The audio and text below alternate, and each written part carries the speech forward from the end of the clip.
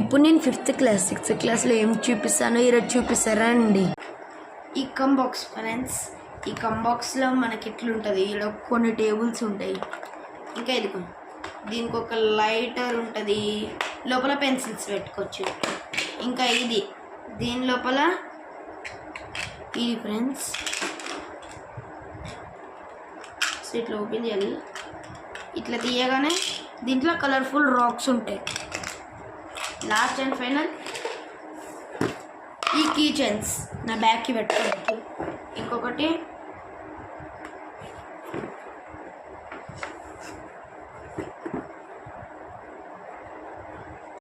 ఇంకా ఇదేమో home cleaner, ఇంకా ఆడుకునేది చూసారా.